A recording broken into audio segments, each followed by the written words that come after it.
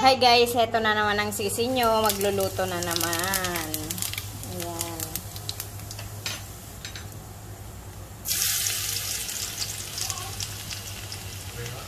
Wait lang. Ano to? Munggidal? Ito nga yung lulutuin ko guys. Ulam namin munggidal. Yan, pinakulo ko na nga. Nandyan na yung kamatis para mas madaling maluto. Hi guys, luto na nga yung sibuyas, bawang, luya. Kaya dadagdag ko na yung kamatis. Tignan nyo guys, ganito yung pagkakagawa ng kamatis namin. Pinakulo ko muna para mas madali siyang maluto.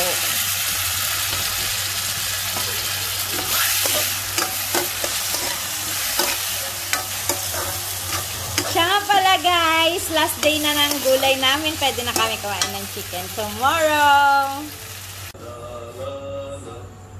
Balang araw, mas magaling na ako sa'yo. Oh, Diyos. Mas bilog na yung gawa ko sa'yo.